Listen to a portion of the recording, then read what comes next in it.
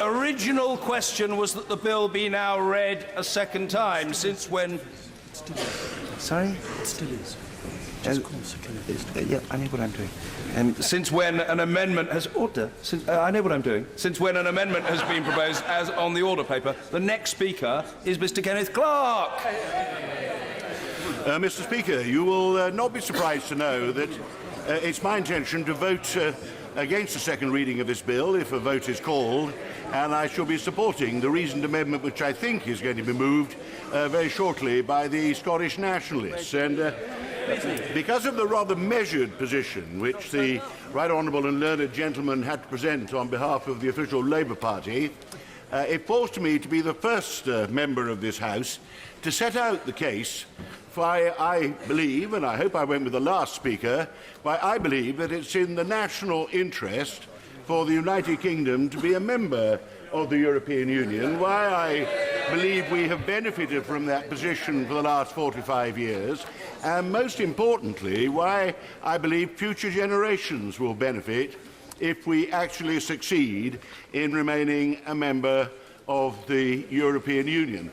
It's a case that hardly received any national publicity during the extraordinary referendum campaign, but it does actually go to the heart of the historic decision that the House is being asked to make now. It so happens that my political career entirely coincides with British involvement with the European Union. I started over 50 years ago supporting Harold Macmillan's application to join. I helped get the majority cross-party vote for the European Communities Act before we did join in 1973, and it looks like my last Parliament is going to be the Parliament which we leave. But I do not look back with any regret. We made very wise decisions. I believe that membership of the European Union was the way in which we got out of the appalling state we were in when, after Suez, we had discovered that we had no role in the world we were clear about once we'd lost our empire, and that our economy was becoming a laughingstock because we were falling behind the countries on the continent that had been devastated in the war but appeared to have a better way of proceeding than we did. And I believe that our membership of the European Union restored to us our national self-confidence, gave us politically a role in the world as a leading member of the Union, which made us more valuable to our allies, like the United States, and made our rivals, like the Russians, to take us more seriously because of our role of leadership in the European Union, and it helped to reinforce our own values as well. And our economy benefited enormously and continued to benefit even more as the market developed from our close and successful involvement in developing trading relationships with the inhabitants of the continent. Now, I'm very fortunate to be called this early. I apologise to my old friend and right honourable friend, but there are 93 other members still waiting to be called, so if you forgive me, I won't.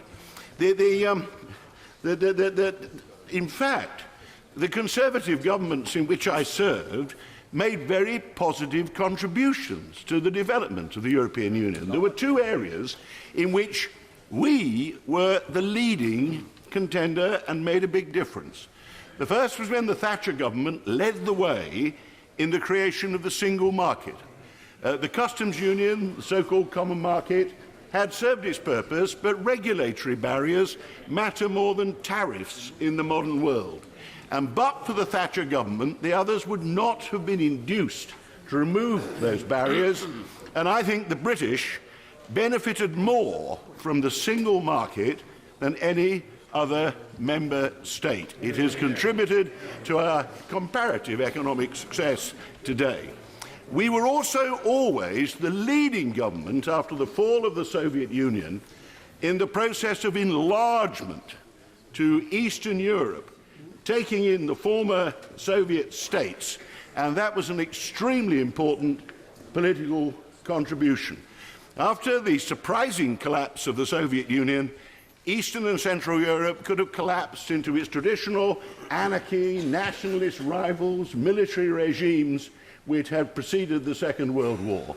We actually pressed the urgency of bringing in these new independent nations, giving them the goal of European Union, which meant liberal democracy, free market trade, and so on, and we made Europe a much more stable place. So that has been our role in the European Union, and I do believe that it is a very, very bad move, particularly for our children and grandchildren, that we're all sitting here now saying that we're embarking on a new unknown future, which I shall touch on a moment, but which I think is simply baffling every friend of the British and the United Kingdom throughout the world. So that is why I shall vote against. Let me just deal with the arguments that I should not vote, that I'm being undemocratic, that this is quite wrong, and as an elected member of Parliament, I'm under a duty to vote contrary to the views I have just given.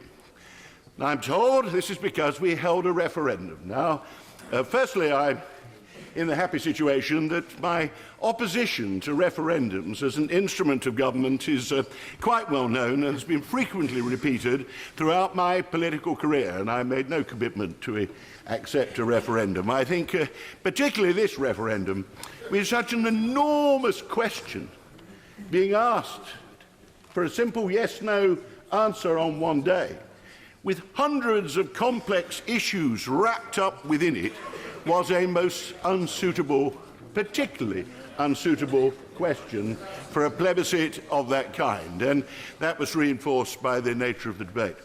Constitutionally, when the government tried to stop the House having a vote, they didn't go to the Supreme Court arguing that a referendum bound the House, and that was why we shouldn't have a vote, because the referendum had always been described as advisory in everything that the government put out. There's no constitutional standing for referendums in this country. No sensible country has referendums. The United States, Germany don't have referendums in their political system. They went to the Supreme Court arguing the archaic constitutional principle of the royal prerogative, that the executive somehow had absolute power when it came to dealing with treaties, and not surprisingly, they lost. But what about the position of those members of Parliament here? Because there's no doubt that by an adequate but narrow majority, Leave won the referendum campaign. I won't comment on the nature of the campaign. Those arguments which got publicity in the national media on both sides, were on the whole fairly pathetic. I've agreed in conversation with my right honourable friend, the Secretary of State for Brexit, that he and I can both tell ourselves that neither of us used the dafter arguments being used by the people we were allied with. But there was not a very serious debate on the subject.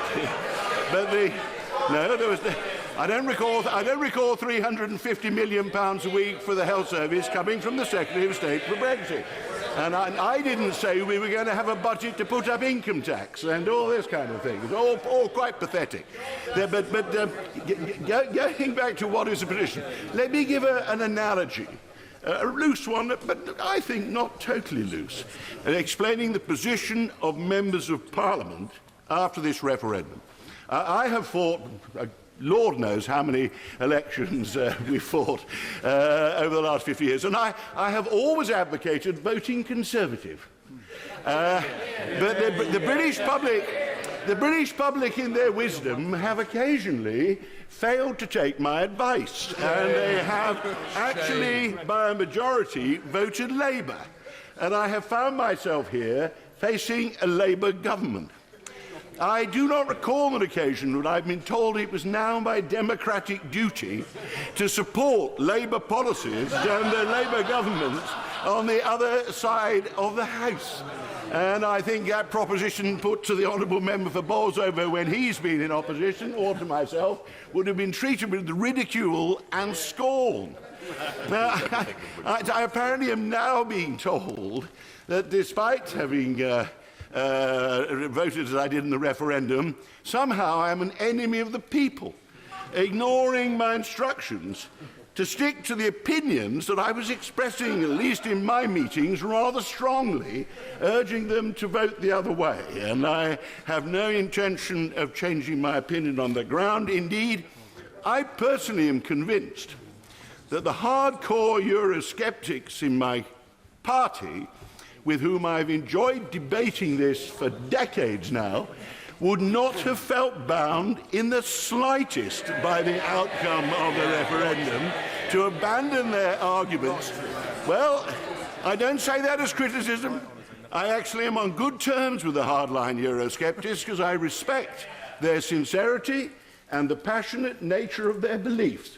But if I ever live to see the honourable member for Stone turn up here and vote in favour of Britain remaining in the European Union, well, I retract what I say, but a referendum, hot tongs would not make the honourable member for Stone vote for membership of the European Union.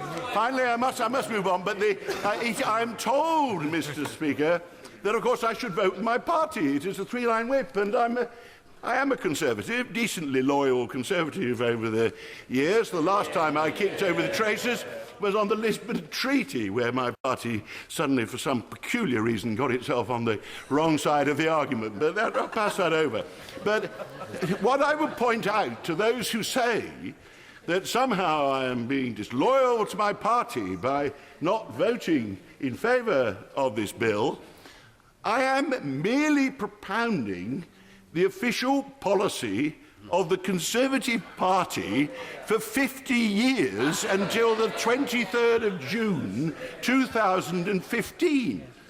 I admire my colleagues who can suddenly become enthusiastic Brexiteers, having seen a light on the road to Damascus on the day that the vote was cast on the 23rd of June. I'm afraid that that light has been denied me.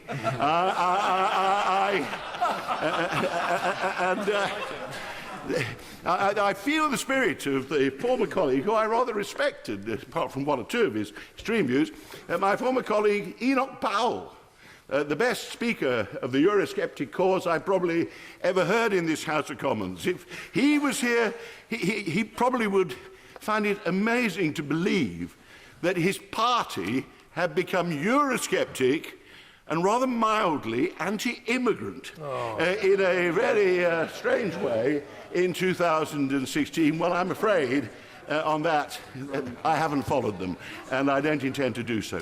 There are very serious issues which weren't addressed in the referendum. They've been touched on.